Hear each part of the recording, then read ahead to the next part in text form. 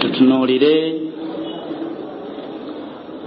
Allah subhanahu wa ta'ala engeri gyagenda okususinkanamu ebitonde byeyetondera ku lunaku lw'enkomerero. Obujulizi bungi obuli mu Qur'ani nga Allah atulaga butereevu nti agenda kwogeraganyako n'ebitonde kinoomu. Allah yagamba mu sura bagiyita Nahli aya 10:11 yatugamba Allah nti yawma ta'ati kullu nafsin tujadilu an nafsiha wa tuwaffa kullu nafsin ma kasabat wa hum la yudhlamun. Eyo aya eri mu sura yitibwa Nahli aya ya 10:11. Aya eyokubiri ojja gisingana mu sura yitibwa Luqman aya ya 3:2. Allah yagamba nti ya ayyuhan nasu ittaqullah wakhshaw yawman la yajzu walidun an waladihi wala mawludu huwa jazi an waladihi shay'a inna wa'da Allahi haqqun fala taghurrannakum alhayatu ad-dunya wala yaghurrannakum billahi al-gharur. Aya yokusatu Allah yagamba nti walaqad ji'tumuna furada kama khalaqnakum awwala marra wa taraktum ma khawwalnakum wara'a dhuhurikum wama nara ma'akum shufa'a'akum alladhina za'amtum annahum shuraka. Naye aje twatusembyayo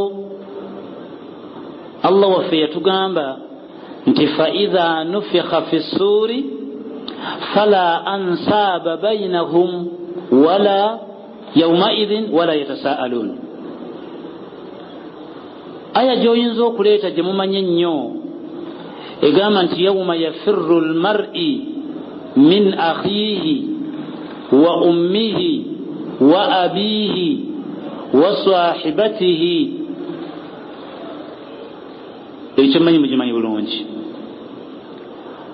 Aya n'endala nnyingi ezijjira mu kkowe bwerityo ezo zonna n'ezizifaanana nga zitulaga nti buli muntu yenna atambula mu bulamu obw'ensi ogenda kwogeraganyako ne Allah we yakutonda butereevu. Tebigenda kubaamu nsindikagano nti omuddu ajjidde mu mugongo gwa nnyina ayitewo nga tebamulabye, wabula Allah atulaze nti ogenda kwogeraganya ne Allah.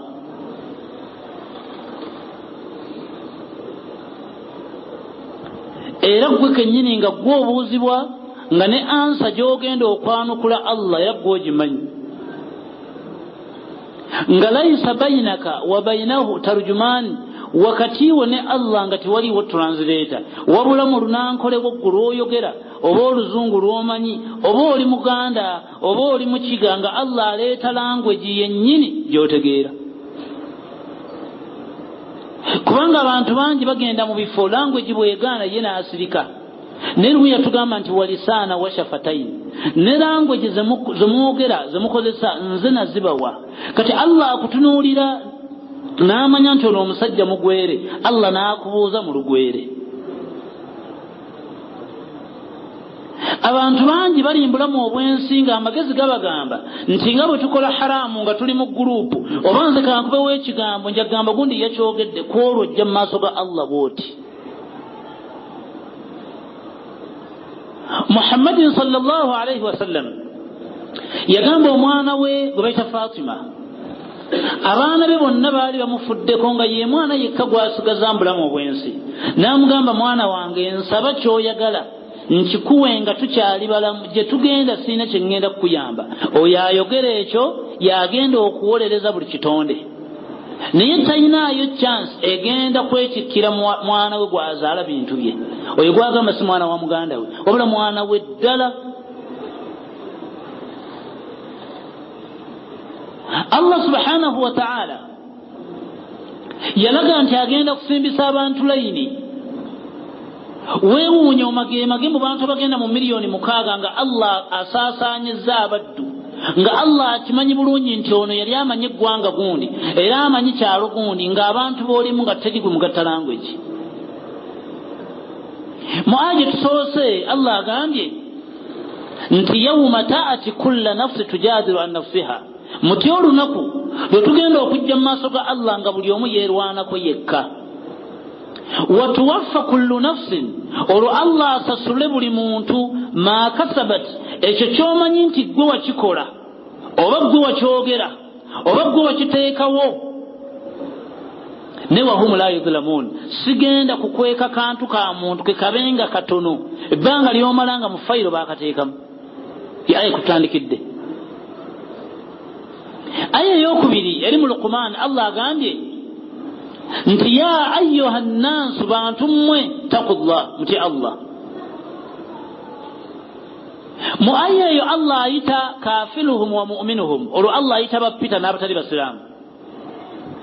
Kubanga mu busiraamu muno mbaka bwe yajja sallallahu alayhi wasallam kye bayita umma laha qismaani, ekigambo kye bayita umma kirimu emiteeko ebiri. Waliwo kye bayita ummatu da'wiyya ne ummatul ijabiyya, kye bayita umma. Era bagamba nti abantu ba umma muleme kuza nti bagamba basiraamu, kye bayita umma baba bategeeza buli kitonde ekitambula ku nsi ebbanga ly'omala nti oli muntu. Kati omubaka okujja teyajja nga ajjiridde mmwe mwekka abasiraamu, wabula yajjirira ensi yonna, kubanga bonna bannabbi baali baweddeyo. Olwo ng'akoowoola Peter, n'akoowoola omuzungu, n'akoowoola omuddugavu, n'akola buli gwolaba atambula, kye bayita ummatu da'wiyya. Kye bayita ummatu ijabiyya, olwo yajja ng'akoowoola alemere kuba n'abaali bamaze okumwanukula be basiraamu. Yalina obudde bwammwe mwe bamaze okusiramuka, ng'alina n'obudde bw'abali abatannaba kusiramuka, kye bayita ummatu da'wiyya. Kati mu aya eyo Allah bw'owulira ng'ayoga tayita bantu basiraamu, yaga nti ya ayyuha nnaasu. Naye mu sura eyitibwa Nisa Allah bwe yali ayogera ku bantu tali ku basiraamu, kubanga ffenna n'omunyi w'omwenge n'omuli w'embizzi ffenna tuva mu musajja ayitibwa Adamu. Kyaga nti ya ayyuha nnaasu ttaqullah. Mu aya yali yagamba nti ya ayyuha nnaasu ttaqu rabbakum, bantu mmwe basiraamu ne bappita mutye Katonda. Allazi khalaqakum, oyo yabatonda min nafsi wahida, n'omuli w'embizzi ova mu Adamu. Kyategeeza Allah ne bajja mu muntu ogwo. Wa khalaqa minha zawjaha, mu musajja oyo n'ajjamu omukazi bamuyita Hawa. Wa batha minhuma rijalan kathira wa nisa, mwaba ababiri mwenzija abasajja mwenzija n'abakyala, ne Peter mwava. Kati mu aya eno eyokubiri Allah tayita basiraamu, olwo ayita abantu mwenna ittaqullah, mutya Allah. Kye bayita kutya Allah kola byokola, ng'enkya bwe banaabikubuuza olina w'obijja. Lwaki oli embizzi? Nabbi gundi yaŋŋamba. Lwaki onywa omwenge? Nabbi gundi yaŋŋamba. Lwaki oli malaaya? Nabbi gundi yaŋŋamba. Yagamba mutya Allah. Kye bayita kutya Allah kwe kukola ekintu ng'enkya banaakikubuuza oyogera we kyava. Bwe yamala yagamba nti wakhshaw yawman, naye ate mutya nnyo olunaku la yajizu walidun aw waladihi, lwesi tagenda kukkiriza muzadde kubaako kyayamba mwana gwazaala. So nga abantu bangi mbulamu obwensi ku mwana waakyuka, era abasajja mwebalinga ku mwana we tayagala kumanya, oba amufumbiza wa Peter oba anywedde mwenge akugamba live nti oyo mwana wange si mwana wo. Naye Allah akulaze nti ku lunaku luli takkiriza muzadde kubaako kyayamba mwana. Wala mauludu, wadde abaana abazaalibwa aw waladihi shay'a, nga takkiriza mwana kubaako kyayamba taata we. So nga abaddu mwemuli ng'obwononefu bw'oliko famire yo, era nga bakulaba taata agambye, naye ku olwo agambye sigenda kukkiriza mwana kudda wa muzadde.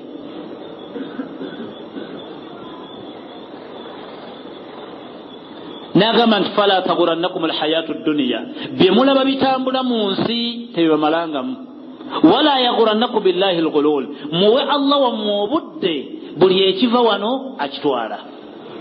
bwe mayaga nti inna wa'ada allahi haqqu, ekyo kye mbagambye nti nja kubaawula, ekyo kye mbagambye nti eriyo enkomerero, kye mbagambye nti nja kubatta, sigenda kukivaako ngenda kituukiriza.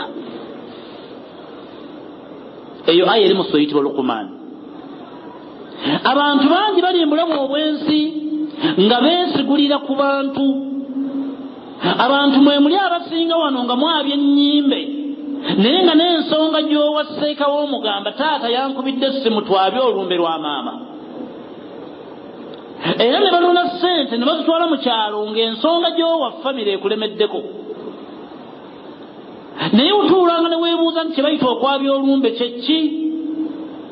teruliiko busiraamu, teruliiko bakatuliki, wabula kye bayita okwabya olumbe kwe kukeera abakulu ba famire oba abakulu b'ebika ne mbagulira emyenge, ne basula mu nsiisira zaabwe nga banywa emyenge, kubanga buli famire gy'eva ekoma ebaamu abasiraamu n'abatali basiraamu. ate kye bayita kwabya lumbe kwe kuyita abakulu ab'ennyumba, olwo nga bayitiddemu abasiraamu n'abatali basiraamu. gwe omutabuliiki alimu obusiraamu bwaba banywa omwenge gwabwe obeera mu nsiisira, abamu temugenda, mugenda nkeera n'oweereza ssente bategeke olumbe. olwo ne balondayo gwe baba baagadde, omugenzi gw'aba yasigira oba gwe yalaamira nti ono yansikiranga. bwe bagira obudde bugenda kukya, ne baddira olugoye lw'omugenzi mwe yafiira ne baluteeka mu mazzi, ne bagateeka mu kasuwa oba mu bbaafu ne bamutikka. ne bayitayo omuntu agenda omumusumika amuzze mu ntebe n'akonkona olugi, twayita omukeeze. omukeeze n'ajja n'amuggulira n'amuwerekera mbatwala amazzi ago awali ekitooke ekiriraanye entaala y'omugenzi bwe baamuteeka n'agayiwaawo. olwo olugoye nalwo ne lusuulibwa, kye bayita okufulumya olumbe. gwe omutabuliiki atabiriimu gwe baasaba ssente z'okwabya olumbe lwa nnyoko, ojja kusaawa nnya nga imaamu amaze okutuuka. era wootegeerera nti ba imaamu obulogo obwo babumanyi. imaamu bwajja n'asiŋŋaana nga bakereye nga bakyasamira, bakyasala enviiri, bali mu kuggyako enjala, bakyamutikka amazzi, ayimirire ku mulyango n'abagamba ebyammwe mubikolenga kiro, ffe nga tetunnajja, tumaze okutuuka, mukyakola ki? imaamu ategeera obulogo bw'abantu tyabumanyi. ng'odda mu kidaala nga bagamba nti ila hadarata habibana muhammadi mustafa al-fatiha.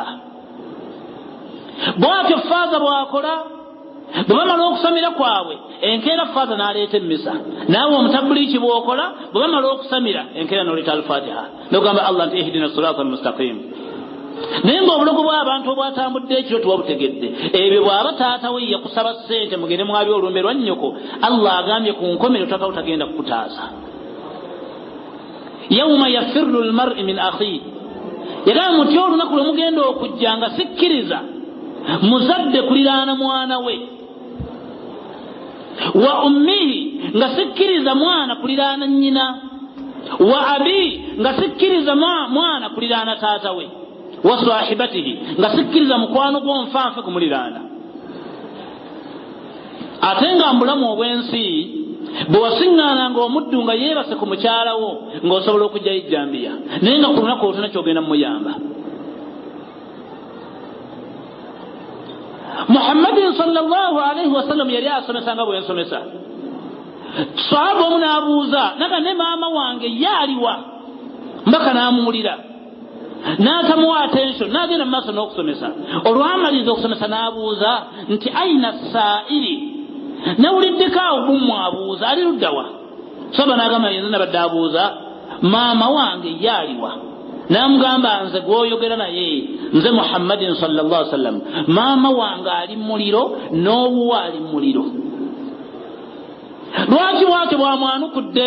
kubanga maama w'omubaka yafa nga si musiraamu, ne maama wa miqdaadi yafa nga si musiraamu. mbaka naga nti owange n'owuwo bali mu muliro. oyo ayogera ekyo ye muhammadin sallallahu alaihi wasallam. kati ekyo beerawo ekyo ng'okimanyi nti tujja mu maaso ga allah ng'ojja bwoti.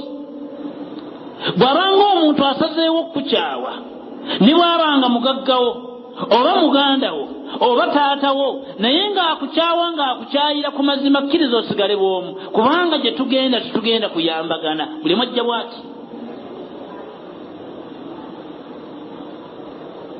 Allah subhanahu wa ta'ala yanyumya abaddu mu sura eyitibwa al Ibrahim. Abantu abawangaala mu nsi nga balina guruupu nga famire bw'eba erina ekigambo kyeyogedde ne bwe kiba mu Qur'ani tekiriimu akkiriza n'akikola olwa famire aleme kunyiiza muzadde oba aleme kunyiiza baganda be. Abantu mwebali nga bagwa mu mazambi lwa seeka wanaga seeka wanga ngambye kino mudu n'akola haramu lwa seeka we. Abaddu mwebali bagwa mu haramu lw'abakyala omukyala n'amugaa nti omwana gwenzaala bw'oba omanyi nze namuyonsa omwana mwagala mu senti wambwa n'okwata omwana n'omujja gye basoma obusiraamu n'omutwala mu senti wambwa ate mutemulina baana. Naye omukazi ayimenaga nti genda ofune gy'ozaala omwana omutwale gy'oyagala naye nze owange saazaala imaamu omwana gwenzaala mwagala mu senti wambizzi n'akwata omwana ng'olaba ulira Allah we yagamba ega nti inna kunna lakum tabaa mugenda kujja mu maaso gange mpita oyo eyavaako haramu omugwemu gwe weekwasa nti wakola haramu lwagundi ngenda kukugamba omubuuze bino nti inna kunna lakum tabaa twali mu nsi n'enkola kino gwe wakiŋŋamba fahal antum mughnuna anna min adhabi llahi min shay'in ono ali mu maaso gaffe ye Allah waffe agambye agenda twokya olina ky'omuwanza n'ontaasa ogende bw'omu muliro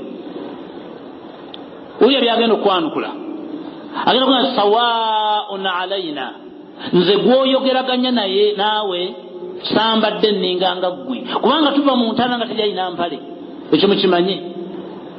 Olwaleero otya n'okwambalira mu ddiiro ng'omwana waakulaba okukutira mu kisenge tuva mu ntaana nga Museveni ne Kabaka tebayina mpale igwe ne jjajjaawo nga temuyina mpale naye ng'otambula ogenda waani kati omuddu akugamba nti nze gwolaba sambadde naawe ambuuze tulina mpale nze naawe tuli ekintu eki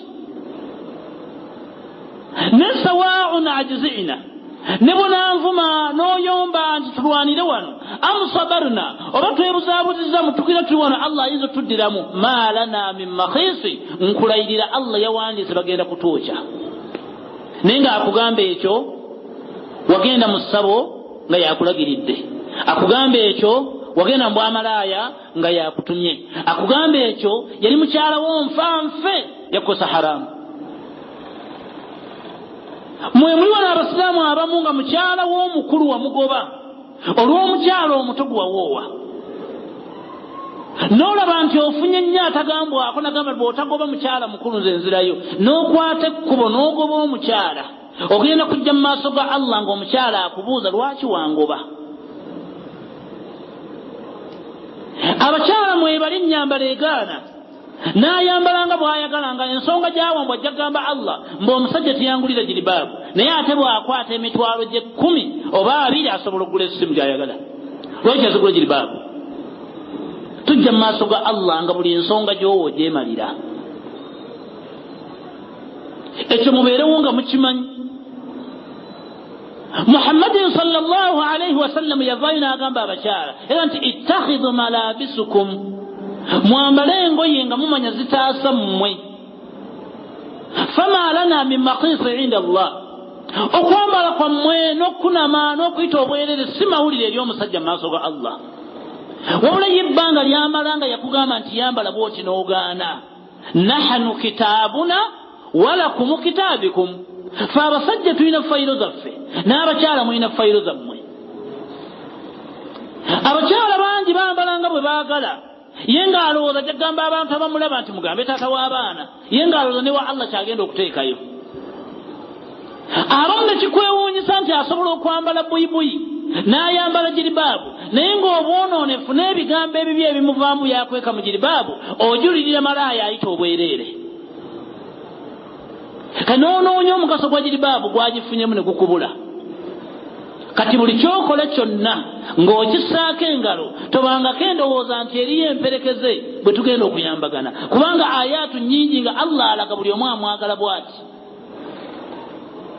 Allah subhanahu wa ta'ala bw'era ayogera ku basajja ab'envi mwe abalimu abakuze abali mu myaka 5 myaka 6 kino mukiwulire kubanga balina enjogera egamba nti lana mustahadda fi lhayati dunya walana auladu ma stahadda ala luntha wadhakar.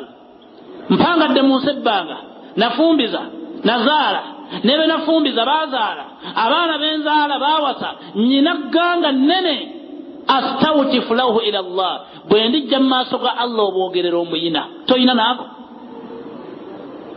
ulira Allah bwakwogerako bagati musajja gwameza envi satuzumana musajja gwameza envi nkwatibwa ensonyi nze Allah wokwocha n'ezo envi ate bwe naaba njogeraganya naawe nkwagala bimunfardan kiba mu kigambo wahid nkwagala nga tuli bameka ye Allah naawe. Musulemu Allah yalaga ebigambo bibeekwasa abakuze mu myaka min istihfarul quwwa nga balina bye bakola abakadde abo nga gamba amaanyi gamuweddemu. Baana bange muleke nnyo ekkenge sikyategeera lwaki oliddemu najisi nirwasana omusajja akaddi amagezi talina mu kifo ky'omwenga ageze mu ttole najjayo bbi oba n'ogenda n'owasa ng'owasizza mulalu ku kkubo n'otaleeta kawala kato tuka abaana be muleke neeyagalemu ze sikyategeera akola nakalabiddewo nga manyi mukyala mukulu leetamu omulalu era balina ebigambo ebibavaamu nga beekwasa emyaka gyabwe. Yagamba Allah sigenda kwogeraganya na muzeeyi maaso gange ngenda kumuzzaayo njagala muvubuka kubanga obukulu bwe seizza gyendi. Olaba Allah bwakwesoose eyo yonna ekiri munda akulaga nti ayagala kwogeraganya naawe n'ensonga ze wantaddewo ez'okwekwasa tazaagala. Allah bwe yali ayogera ku bakulembeze bana batambulire mu gganga mwabatera okuyita ku Ntebe Road wasooka lwekyo mmotoka nga 6 nende ngaali wakati nene muleete ejja yeekulukiza ku luseregende lwa ndala nendala zijja 6 nga ne poti etambuza poti mweri era nti inni mustahaddu ilayi buli kitonde ekiva mu nsimba kyambula engoye sawaun mu'talu jismiha si nsonga bakoze eggume ne kijjanga kyambadde astawtifu laha munfardan njagala kwogera na kitonde nga tikyambadde ate nga kiri kyomu. Olera ategeeza abakulembeze b'amawanga kubanga Obama nga anaagenda awantu ennyonyi ze zisookayo neekaguta nga anaagenda awantu oli amagye agasookayo era emmotoka ezimutambulirako emmotoka zijja nga eri mu drive omuntu ogwo ne Allah akulaze nti wadde babaziika ne bamwambaza essuuti ne baleeta essaawa ne bassa ku mukono ne bafuna ekigatto mbassa mu bigere mbaleeta gaalubindi mbassa ku maaso ne bayita abantu timujje mulaba omukulembeze wanyiridde okufa.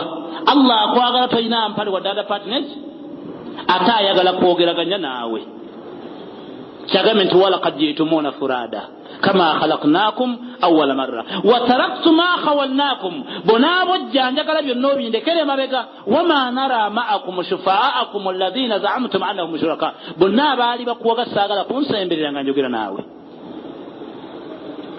Muliwulira abantu bangi haramu bwogenda omunoonya takoleka ng'omuddu ali bw'omu wabula abaako amabega backup oba abaako abayambi bona agenda kwenda kw'abanene ateekawo n'akuuma loogi baketta abajja amanyi n'okuwa ssente ku reception nti annoonya tomulagirira amakulu nti haramu ogenda omwetooloola asinga abaako emabega emperekeze ne baguba mwenge tegunyweka ng'oli mu nnyumba bw'omu bw'oleeta emipiira tegulabika ng'oli bw'omu bw'oleeta obubbi era ofunayo anaakuyambako bw'oleeta abaana batemula abantu era kubako omukubi w'amasimu ogenda okunonya haramu asinga yenna nga wabaawo emperekeze ezisooka ezitambula. Naye wulira Allah bwe yaleeta aya eri mu sura eyitibwa Fussilat aya ey'amakumi 40 ega nti inna alladhina yulhiduna fi ayatina abamanyi abamu bagamba nti ezo kamera zeyali ayogerako era nti abantu abali mu nsi nga muzannyira mu mateeka gange la yakhfawna alayna temulowooza nti we muli sekiwadi ekimala nti we muli saasitaddeewo baketta oba we muli nze simanyiiwo.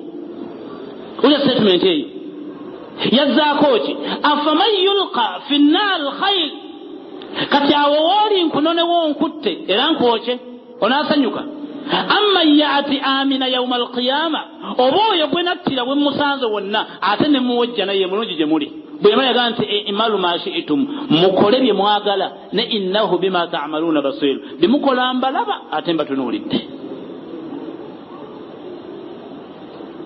Songa buli haramu abaako security era abaddu bangi batta abantu n'amaliriza nga gwe yakoze naye eddiini mukutta naye amusse asobole okubuzaabuza obujulizi asigale ng'ali bw'ati.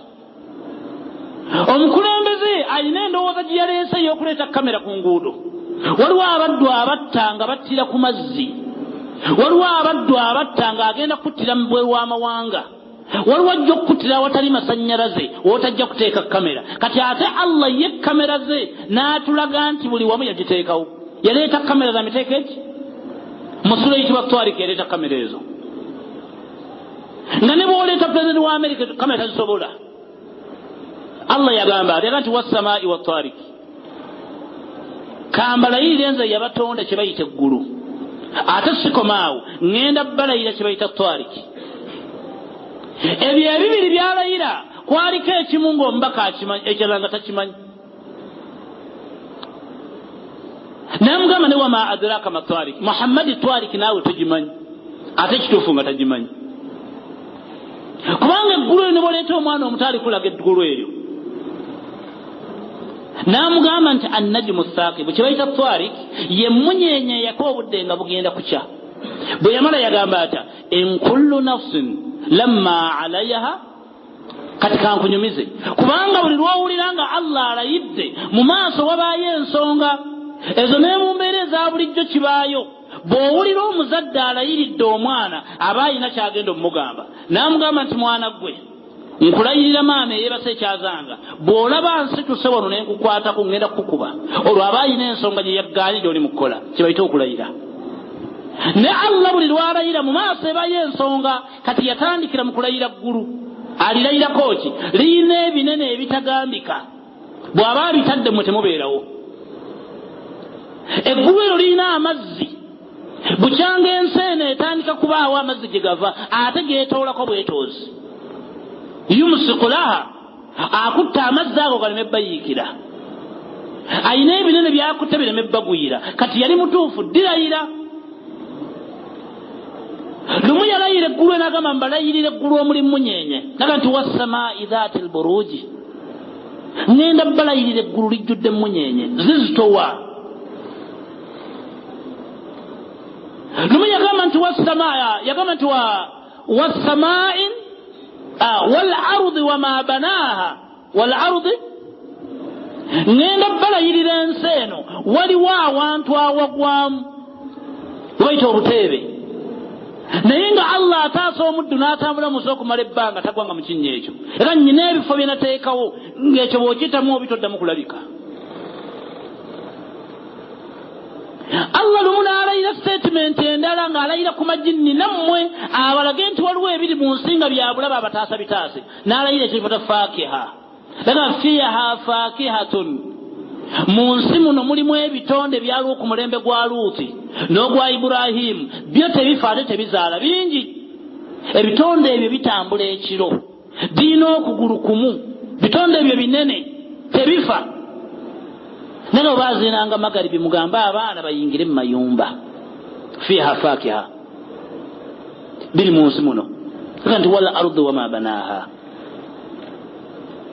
Bw'amala okulaba nti in kullu nafsin musula yagamba nti kati kambabuli ekibala kindayiza buli muntu yenna gwe mulaba atambula mu nsi lamma alayha hafidhu twamuteekako abalikoodinga.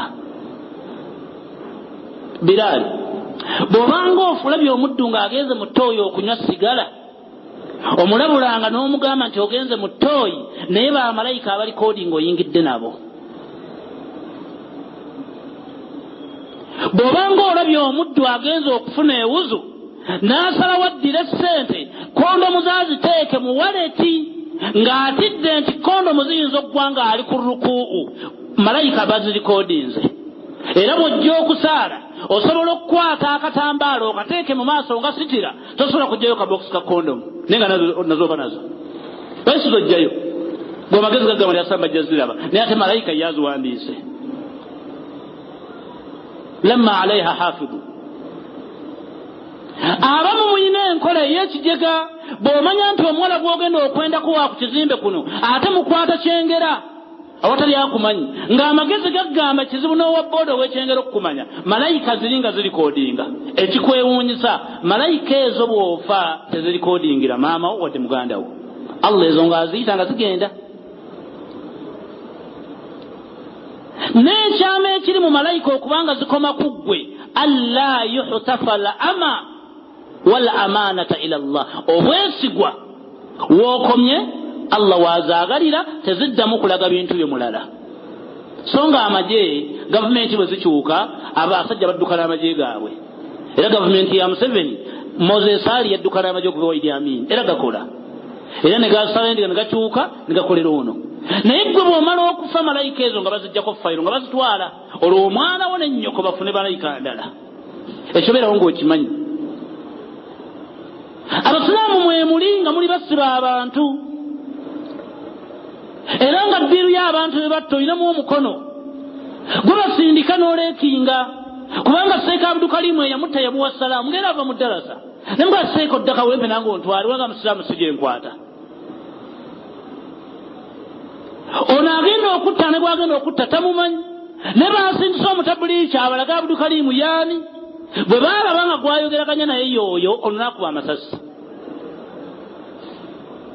kati malayika bawandiika gundi ezo firimu yammwe akafirimu ako kozannya gwe firimu sita kati edita yennyoko rayita ye muganda wo abo boolaba abasatu mu kafirimu kogenda kubalaba kyaga nti in kullu nafsi lamma alayha buli kyonna kyemukola tukiina eyo kamera ey'okubiri Allah yaddira kamera ze ez'okubiri n'aziteeka mu ttaka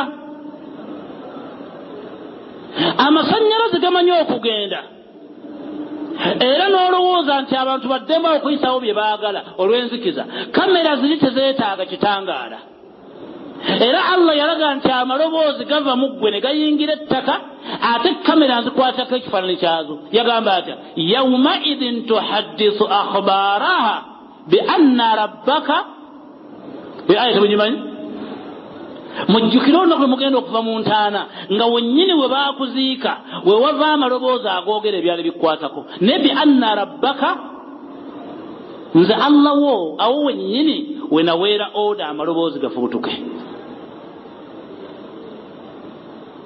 naga ndi waman yamal mithqala dharratin khayra eyafanga kewakola katono beera mugumu wadde kali munzikiza ngenda kakulaga neyafanga kewakola kaali kabinga katono beera mugumu lwekakola munzikiza nakugenda kakulaga kuba eyo aya ereeta ebintu bimeka waman yamal mithqala dharratin sharra kyekintu nga kibi yara ogenda kiraba bw'oba oyagala kakasa nti kamera weeziri kati nkuwa obujulizi obwokusatu kamera ez'okusatu Allah zeyakussaako byebitonde byonna nga tebikyukakyuka ng'ate byatusookawo ekitonde ekimu kiri ku nsi ebisatu biri waggulu lwe lusozi yenjuba gwe mwezi emunyeenye abantu balina endowooza egamba nti buzibye enjuba yagenze negenda osome suratu Yasin Allah akulaga enjuba weebegenze abantu balina endowooza egamba nti omwezi emusati gubaayo genda osome suratu Najim olaba omwezi we guba n'emmunyenye zibaayo nga buli kyokola kyonna ebyo ebitonde by'owulira ebisatu bireeta amawulire buli omu ng'aleeta gage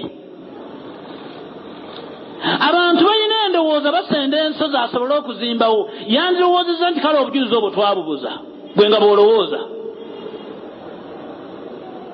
mulya bulungi Allah yagamba atya yaga nti wafi samaa'i laha makhluuqi eggulu lyemulengera waliyo ebitonde byayo oleke ebyo wamaafiya muleke ebyo ebiri munda byontalaba yaga nti wamaalaha waliwo ebitonde nga mubirengera yenjuba era mu Kurani abirayira gwe mwezi mugulengera n'emmunyenye yaga nti lakum mashahidu alaikum temulowooza nti enjuba eyaka neekomaawo ebajjako obujulizi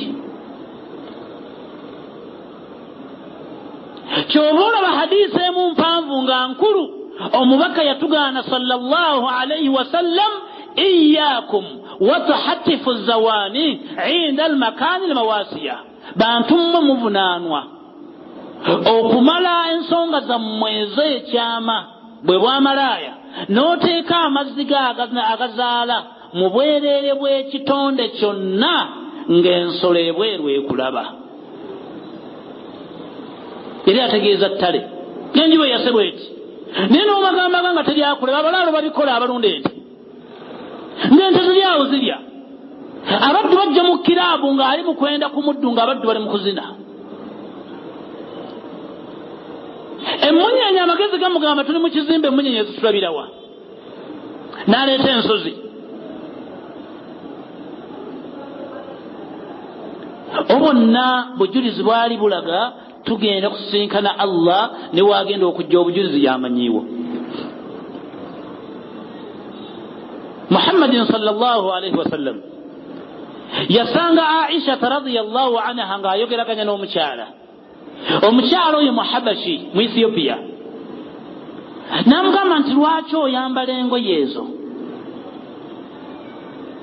Ne kaana laha malabisu shifaafu. Omukyala yajja okukyalira Aisha ng'ayambadde akagoye nga katangaala ng'empewo ekatambuza bweti abakyala bambala. Waliwo akagoye omukyala kaakuyitako ng'akambadde nga n'ennika y'omunda mwesalira ogiraba.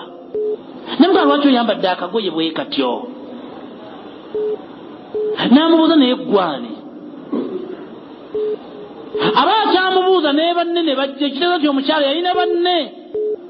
N'atubuuza ekibuuzo ekyo man antunna, mmwe baani? Nimugamba nahnu mu'minaat, ffe tuli bakyala bakkiriza, amanna billah, twakkiriza Allah wa birasulihi, twakkiriza omubaka wama unzila ilayhi, n'ebyo n'ebyamukako ffe tubikkiriza.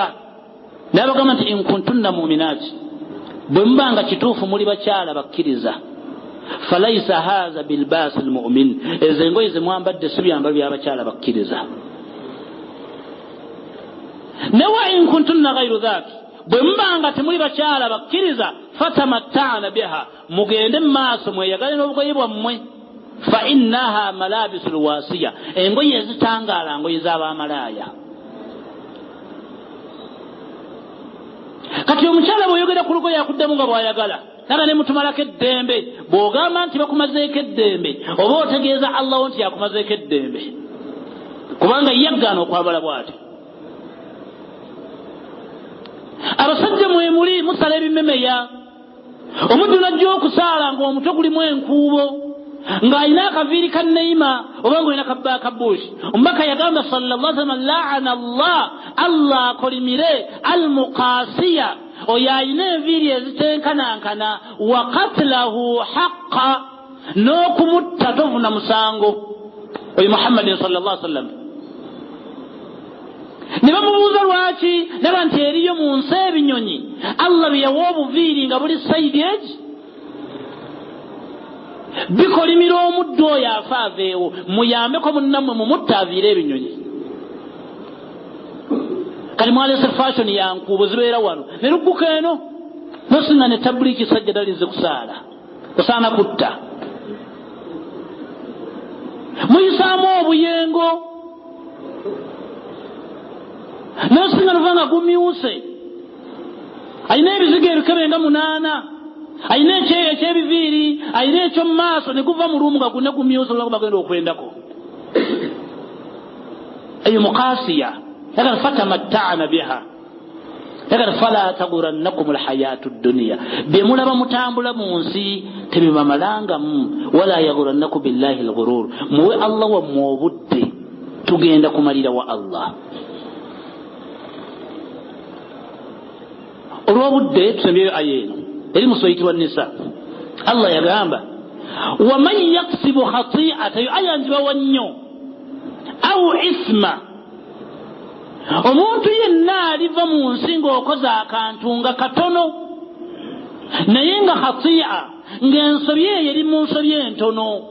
Khati'a kiba mu kigambo khatwa, gamba ng'okunywa amazzi n'okaliza ekikopo omulundi ogumu, eyo nsobi n'ezambi ttono. Gamba ng'okusoma akalaadi nga koleetera azikaali, eyo nsobi n'ezambi ttono. Gamba ng'okusula mu kitangaala nga balubu eyaka, eyo nsobi n'ezambi ettono.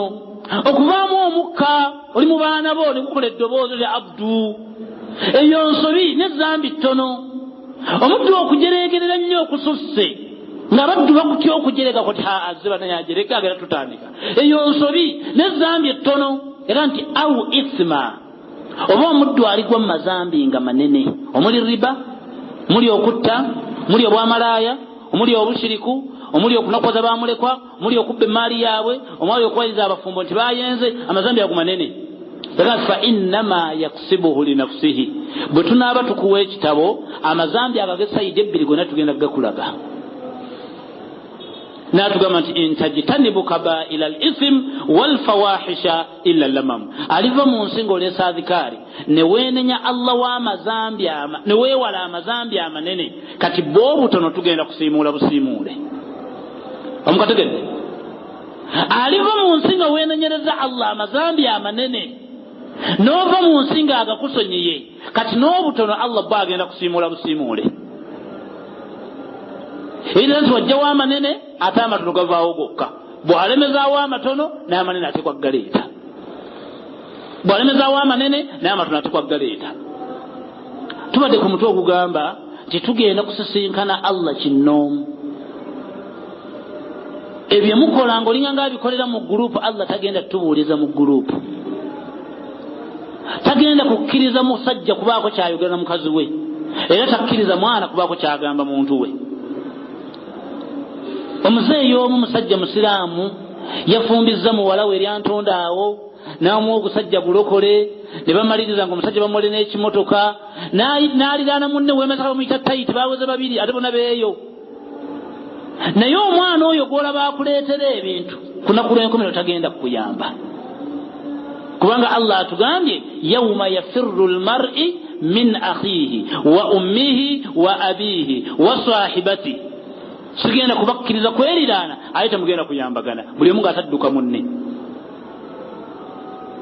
حياكم الله وجزاكم الله خيرا ربنا تقبل منا إنك أنت السميع العليم وتب علينا إنك أنت التواب الرحيم ربنا لا تجعلنا فتنة للذين كفروا واغفر لنا إنك أنت العزيز الحكيم ربنا ما خلقت هذا باطلا سبحانك فقنا عذاب النار ربنا واجعلنا مسلمين لك ومن ذرياتنا أمة مسلمة لك وأرنا مناسكنا وتب علينا إنك أنت التواب الرحيم ربنا إننا سمعنا مناديا ينادي للإيمان أن آمنوا بربكم فآمنا ربنا فاغفر لنا ذنوبنا وكفر عنا سيئاتنا وتوفنا مع الأبرار ربنا عليك توكلنا وإليك أنبنا وإليك المصير ربنا أفرض علينا صبرا وثبت أقدامنا وانصرنا على القوم الكافرين ربنا أفرض علينا صبرا وتوفنا مسلمين ربنا لا تؤاخذنا إن نسينا أو أخطأنا ربنا ولا تحمل علينا إصرا كما حملته على الذين من قبلنا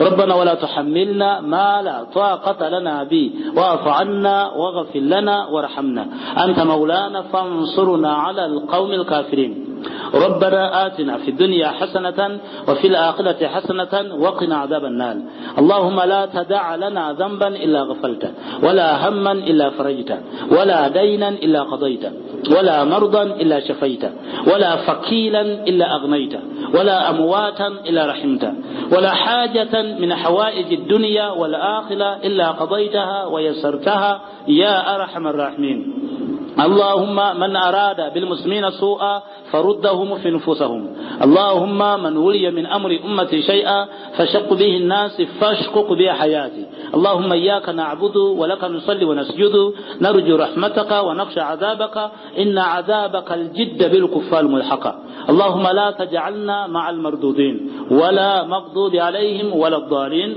ولا أصل إن الإنسان لفي خسر إلى الذين آمنوا وعملوا الصالحات وتواصوا بالحق وتواصوا بالصبر السلام عليكم ورحمة الله وبركاته